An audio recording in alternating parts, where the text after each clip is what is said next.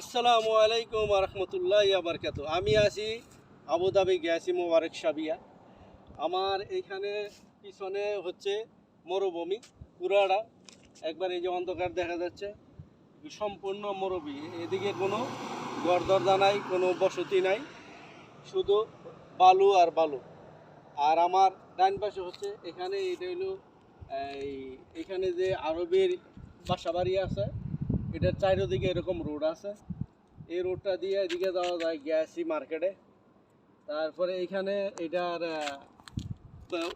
পাশে যে বিল্ডিংগুলো আছে, এটা হচ্ছে একটা আরবের স্থান, আরবের বাসাবাড়ি। তো এইখান থেকে এই বাউন্ডারিটা হচ্ছে মূলত 4 কিলোমিটার। এই রোডটা হইলো এখান থেকে ওই রোড পর্যন্ত, ওইখানে একটা গুলচক্কর আছে, এই গুলচক্কর আছে ওইখানে পর্যন্ত হইলো 2 কিলোমিটার। ওইখান থেকে আরেকটা গুলচক্কর আছে, ওইখানে 2 কিলোমিটার। এরকমভাবে এটা এরকম 4টা রোড আছে, প্রত্যেকটা রোড 2 কিলোমিটার 2 কিলোমিটার। এর ভিতরে হচ্ছে একটা বসত বাড়ি, বাসা বাড়ি, মানে আরবিদের জন্য। এটা আরবি ভাষায় বলে সাবিয়া।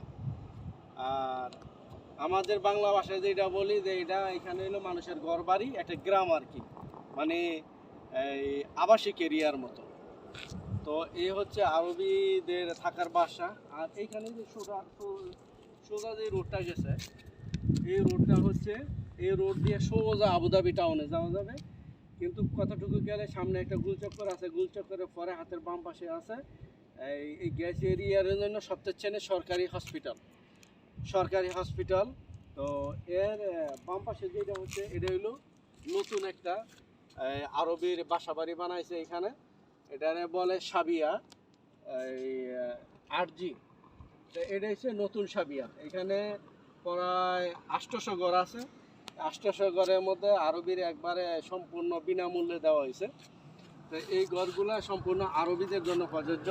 কোনো বাঙালি বা কোনো খারেজি এখানে ঘর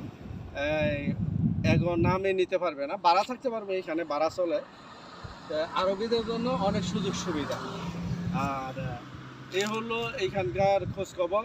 তো পরবর্তীতে আবার আমি নতুন কোনো জায়গায় যদি যাই, আপনাদেরকে সেই এরিয়াটা সম্পূর্ণ দেখাবো। তো এই পর্যন্ত ভালো থাকবেন। আজকে হচ্ছে 17 তারিখ, রাত 12টা বাজে এখন, মে মাসের 17 তারিখ।